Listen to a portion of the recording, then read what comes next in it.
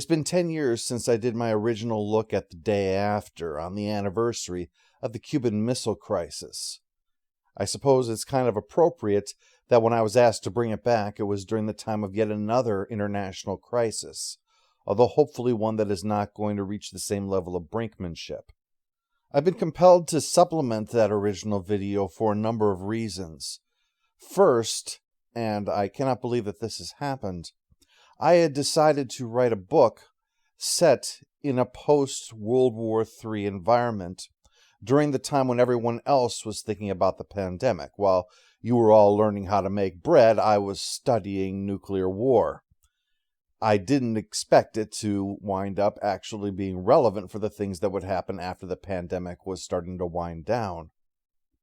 However, because of that and the current situation, it does leave me equipped with 16 months worth of research to offer some further thoughts that might be relevant. Also, because of the current crisis, I feel it is necessary to address some misconceptions and share some information because I've been hearing extremely scary thoughts from people who don't seem to realize what exactly they're talking about.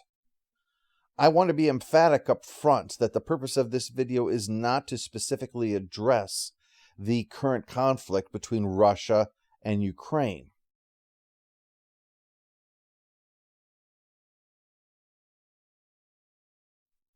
Rather, it provides an opportunity, in some instances, to see examples of what we're referring to and concerns about issues, to make sure that we don't accidentally light the fuse that ends the world.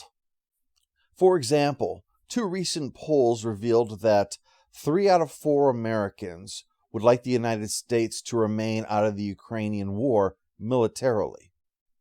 3 out of 4 Americans also said that they would like the United States to enforce a no-fly zone. Those are mutually exclusive. A no-fly zone is not the United States playing referee, being a neutral third party to ensure fairness. It is a military action that states that they will do anything that is necessary to ensure that unauthorized aircraft are kept out of an area. This is important to understand because when we talk about the principles of deterrence, which are believed to be the reason that we have managed to go so long without using a nuclear weapon in anger, I mean the human species, we need to understand some of the aspects of that, what has allowed this to occur. Deterrence is, quite simply, the idea that if you were to attack me, the response that you would get would not be worth what you would gain from the attack. In other words, the very act of attacking me leaves you worse and not better from the exchange that took place. The United States is unique. While other nuclear powers have this policy to defend themselves, the United States is the only country that has extended deterrence. They allow deterrence to protect other nations besides their own: South Korea, Japan, and the NATO nations. So if any of those nations come under the threat of nuclear attack, the United States is prepared to respond in kind as if it were an attack on sovereign American soil. Now, as I mentioned, the video was first done on the anniversary of the Cuban Missile Crisis. To get back into that a little bit, because it helps to lay out some of the ideas around it, the Cuban Missile Crisis was born from the same kind of events that were the catalyst for the film The Day After, West Berlin. It's hard to understand, but at the time, West Berlin was a very important symbol to both sides. For the Soviet Union, it was a very practical issue. It was a cause of brain drain. The people in the Soviet Union, which had talents that they wanted to keep, would go to West Berlin and escape to the West, bringing their skills to Western nations to strengthen them and consequently deny them to the Soviet Union. For the Western nations, West Berlin was a symbol. It was a symbol of freedom in an entire ocean of totalitarian oppression and must be defended. That's the reason why it was frequently thought to be the flashpoint. It was indirectly the cause of the flashpoint for the Cuban Missile Crisis, because the seeds of it were planted with West Berlin. Khrushchev was making overtures that he would just flat out take West Berlin. And what was going to aid them was that America believed that Russia had a much larger amount of nuclear weapons compared to themselves. This missile gap was frequently referred to, especially by presidential candidate John F. Kennedy. When he got into office, it was discovered that Russia had actually been posturing the entire time. Not only was the United States ahead, it was massively ahead because it was trying to keep up with the fictitious numbers that the Russians had. But there was another concern taking place because of the mobilizations occurring around West Berlin, and that was the fact that the United States policy was, if there was to be a nuclear strike, it was to be massive retaliation. There was going to be no half measures. You used everything to make sure that it got used. However, this created a binary situation. You either did everything or nothing. There was no room for flexibility. Consequently, because you were only taking action to the most extreme, to the most self-destructive, there was a fear that this was leaving the president in an impossible position, to have to choose to either face international humiliation for the United States or to have to potentially exterminate all life on this planet. Therefore, as irrational as it might sound, the idea was advanced that the president needed to have the possibility of a graduated response. That is, if an exchange were to take place, it didn't have to be all-out nuclear war. It could be more constrained.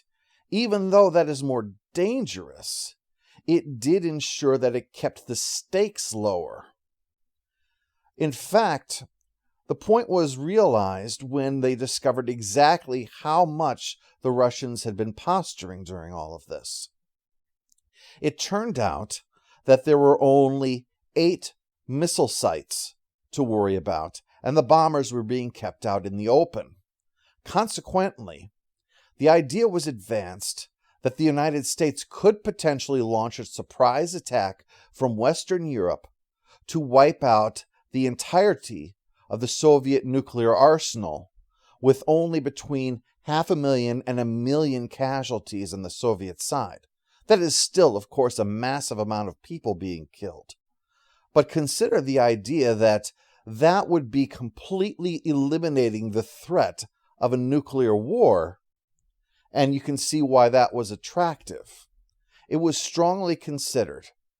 General Powers especially argued for it, stating something along the lines of, if atomic war is inevitable, then by God, let's fight it and win it. This, by the way, is a vitally important thing to remember. These words were spoken more than 6 decades ago. Most of you listening to me have lived your entire life in the time since he said that nuclear war was inevitable, and we still have not had one. Keep this in mind because many people right now are insistent that we are upon the brink already. We are not. We think we might be because the word has been bandied around and we haven't really been hearing it much in our lifetime. The threat of it has not hung over the head of many of the people who are listening to my voice right now. And those of us who do recall, it was long, long ago. But the fact of the matter is, what we thought was likely to happen never happened. However, Kennedy went to Khrushchev and made clear the United States was prepared to do exactly this, and that they needed to back down on the posturing around Berlin.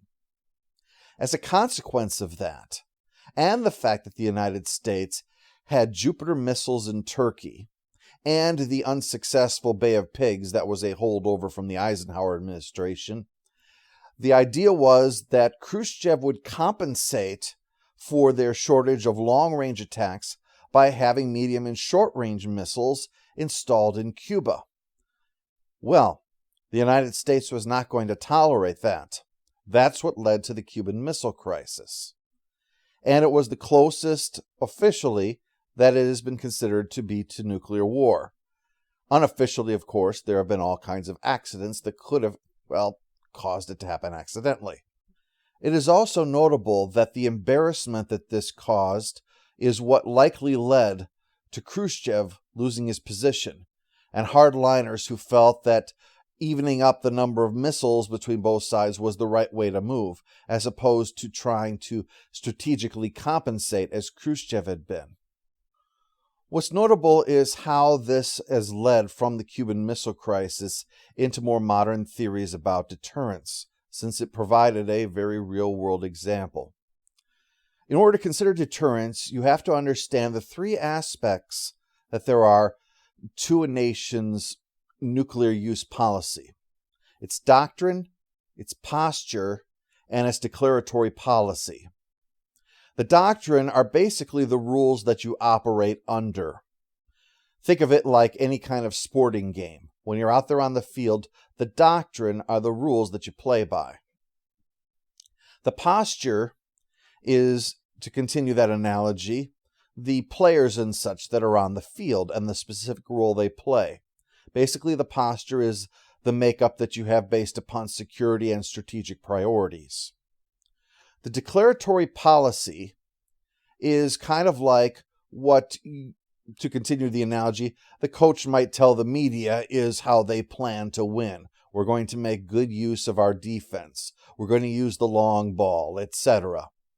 In the case of nuclear weapons, it's a statement of when nuclear weapons will be used. Now, obviously, declaratory policy is not necessarily what a nation might do. There is no restraint that they cannot do it. It's simply a statement of how they intend to do it. And the purpose of stating that is because it is to signal to other nations. If you've seen the movie Dr. Strangelove, you will recall that Dr. Strangelove mentions that the doomsday device that the Soviets built was based upon a significant flaw. It does not work if the information about its existence is not shared with the rest of the world. Likewise, stating what your policy is lets the other nations know, essentially, what you are prepared to do, at least officially, to declare that. Now, one of the things that I have heard frequently since the crisis in Ukraine began was Vladimir Putin says nuke, and now every country will just bend over and do whatever he says. That is a gross misunderstanding of the situation. Posturing with nuclear weapons is quite common. All nations do it at one point or another. Even the United States did it in the recent years of the Donald Trump presidency. The famous phrase fire and fury was in reference to nuclear weapons against North Korea in response to their aggression. Every nation has boasted about their nuclear capabilities specifically to warn other nations that they have them and are prepared to use them. What is essential to understand are the 3 C's: capability, credibility, and communication. Capability first means, is the nation capable of carrying out a threat? It's one thing to say that I will nuke your city. It's quite another to have the ability to do so. The second point is credibility. Is this a threat that is likely to be followed up upon, or is this merely posturing or a bluff? This is essential to understand. It is highly unlikely that any nuclear power is going to launch an attack that will result in their own annihilation, unless they are in a position where they are convinced that they are in threat of annihilation anyway. Vladimir Putin is not going to begin demanding that NATO nations be handed over to him, or he will use the button, because he has no reason to. He would gain nothing in that situation if he were to push the button. He would not be facing an imminent threat that would wipe out Russia, and so there would be no reason for him to escalate to that scale. This is where an important concept comes in, called the escalation ladder. The idea is that there are rungs on a ladder that each indicate how close one is to the possibility of a nuclear exchange and even total nuclear war. And it's important to realize that simply because something is not a step to directly cause a nuclear war, it does not mean that it is safe to do. Any escalation can reach a point where a side is convinced that it has no choice but to launch its first strike capability while it still has the chance.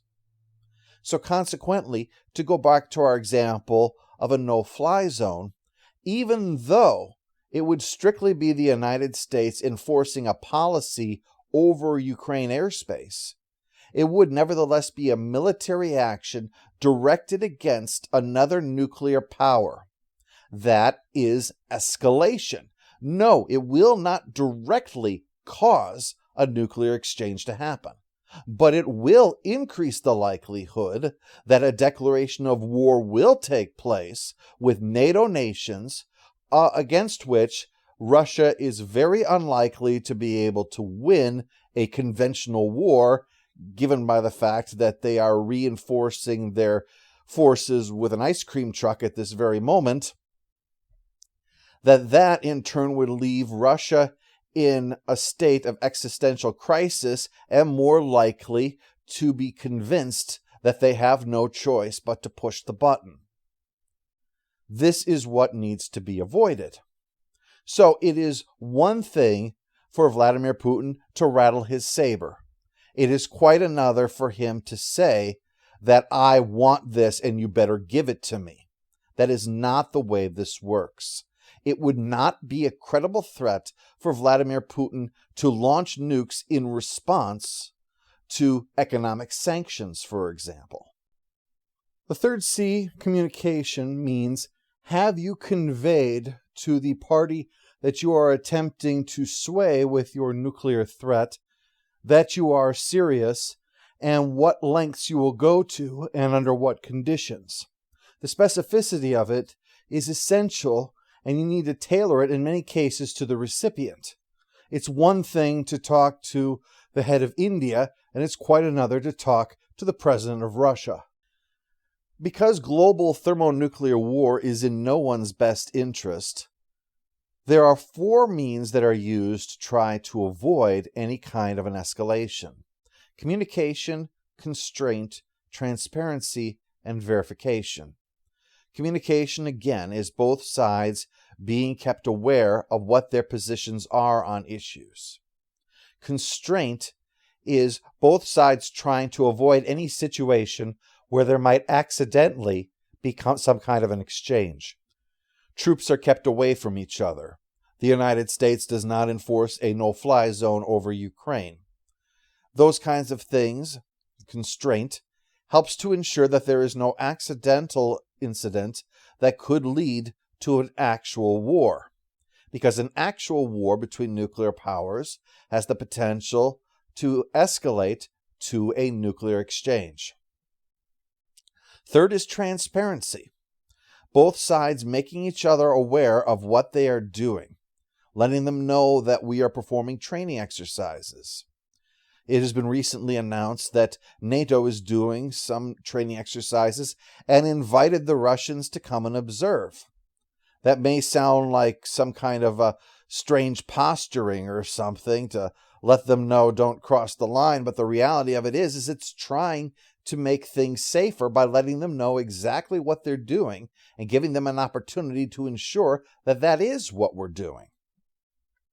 The fourth, verification, is to ensure that international agreements and treaties are being carried out, whether through reconnaissance aircraft or on-site inspections or what have you. Now, what is interesting to note is that during the Cold War, megaton was the way that we always thought about nuclear weapons. How many megatons is this bomb? If you look at fiction since then, the numbers are frankly absurd. 100 megaton bombs are going to be brought in to help with such and so project. The reality of the matter is that in our day and age, the majority of missiles are actually kiloton, not megaton. The reason being the sheer number of missiles or other types of atomic munitions. If you have a lot of them, they don't need to be big. It's more about precision than about having a massive impact. Massive impact is important if you're trying to just get a few bombs through, but you're not sure you're going to get very many in. So you want those to hit to be devastating. But if you have a better chance, because you have so many missiles that are so well equipped with their guidance, then it's less necessary. As a result, the number of intercontinental ballistic missiles that the United States has that are in the megaton range is 0. In fact, the United States has exactly one bomb that is above a megaton, and that is a variable yield gravity bomb. What that means is that you drop it out of an airplane like Dr. Strangelove, and the guidance system in the tail fins tries to cause it to fly to where it's supposed to go before it explodes. But that's it. It's all kilotons. That's not nothing. However, the idea that we are living in this era of massive explosions like had been during the Cold War isn't quite the case anymore. Vladimir Putin's Satan II that he was boasting to the world about has warheads in the 8 megaton range. One of my followers on Twitter mentioned that in a nuclear card game, the smallest nuke that you could have was 10 megatons. It's not as big as you think. It's not to diminish it. Rather, it's to realize an important thing about it. If it's not that big, if the consequences of it aren't as huge, you're more likely to use one because you'll think you can get away with it. Just one. Again, that concept of escalation. For example, let's take a hypothetical situation. Let's say that Finland was providing military equipment to the Ukraine, and Finland has also been making overtures to NATO about the possibility of joining them, putting yet another NATO nation on Russia's border. Russia could decide to respond with a small tactical nuclear bomb, say a 5 kiloton bomb. Now that is still huge as far as explosions go. The mother of all bombs is only 11 tons of TNT. 5 kilotons is 5,000 tons of TNT. So it's still enormous, but it's small as far as nuclear weapons go. If it was detonated over a Finnish military base and only destroyed military gear, only killed soldiers and other military personnel, then what would be the consequences of that? It would be a chance for the Russians to show their resolve and their willingness to rise to the level of using nuclear weapons in a situation where retaliation would be questionable. We don't know what would happen in that situation, but that's the fear. Small enough bombs might just convince somebody to think the unthinkable. The important thing to realize here is that we don't know what is going to be the trigger. That is why that communication is such a vital element of knowing where a nation stands on its nuclear weapons, what it is prepared to do with its nuclear arsenal. This is the reason why nuclear powers have to tiptoe around each other, even in the face of things where they might want to act, either in national interest or purely out of a sense of what is right and wrong. I realize that I am inviting being called a hypocrite because I have gone on and on about how much I despise aspects of the Prime Directive that says stand by and do nothing while people are dying, while at the same time sitting here telling you that people are dying and the United States needs to not take direct action to stop it. However, there's an important thing you need to realize about the geography of Ukraine before you think about getting involved. It's located on the planet Earth. If there is a thermonuclear war, you will not make things better in Ukraine as a result. Now, of course, there's a lot of stuff you could do before direct military action. This isn't saying that the only choice is to do nothing. This is saying that doing the most direct thing, the thing that is most likely to immediately solve it, will only in the end make problems worse and not better. You have to find a solution to the problem that is not going to escalate into a nuclear crisis. Now, if this fact bothers you, understand it is a consequence of the fact that we did not take enough advantage of the world that we had. We allowed atomic weapons to become forgotten. This hidden boogeyman that wouldn't really be an issue. As I said in the video 10 years ago, it became our saviors in so many movies. And yet, it is still the gun that we point at our own heads. We've allowed ourselves to forget this, though. It hasn't been imminent enough. It hasn't been worrying enough to care. American people today are more prepared to deal with an uprising of zombies than of nuclear war, and zombies aren't fucking real. You know, we had time, and we didn't make the good use of it that we could have. No, on the contrary. Those who were still worried about it, we laughed at them. Those people preparing for the inevitable doomsday, we put them on TV. Look at those freaks wasting their time and money and effort preparing for something that's never going to happen. And now we're saying we can't take action or this might happen, and there is outrage. This is the world that we have created. And if you want it to change, you have to change it. And I want to say something especially to anyone who has been demanding that the Russian people take to the streets and make their leaders change things. Have you thought at all about taking to the streets of your country and asking them to do something about this loaded gun we have to our head? Especially those of you in a country where you will not be arrested for going out and voicing your views, where you will not be beaten for saying that you want a safer world. I haven't. I'm the biggest hypocrite of all in this. Don't get me wrong. I got on my high horse about it. I've been indignant about this. I have been preaching about how we need to do something different. But I didn't actually do anything. Like everybody else, I was content to go about my business. I researched this as a fucking book. Now I watch this taking place and know we can't do what we would like to do to help people. And that's on all of us. This is our world.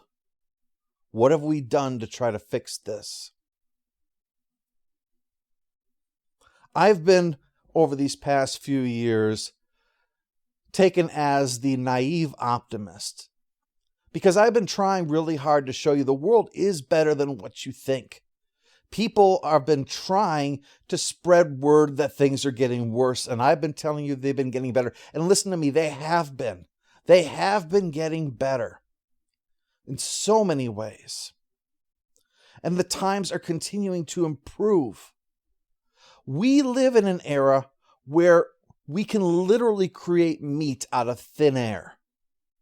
We live in a time when we can convert solar energy directly into jet fuel. We are on the cusp of powering our cities with nuclear fusion. We have got so much to feel good about. Here's the one place where I need to tap into your negativity. Here's a place to dump all of your pessimism, and that is the fact that we allow ourselves to hold on to such destructive weapons. We've lost all respect for them. We turn the doomsday clock that was meant to remind us of the threat that they posed into a way of gauging climate change. Don't get me wrong, I'm very concerned about climate change. But you know what else has a significant impact on the environment? A nuclear exchange, and it doesn't even have to be a big one. Burning cities put massive amounts of smoke up into the air, and it rises above the cloud layer. And so consequently, it doesn't get washed out by the rain. It stays up there for years.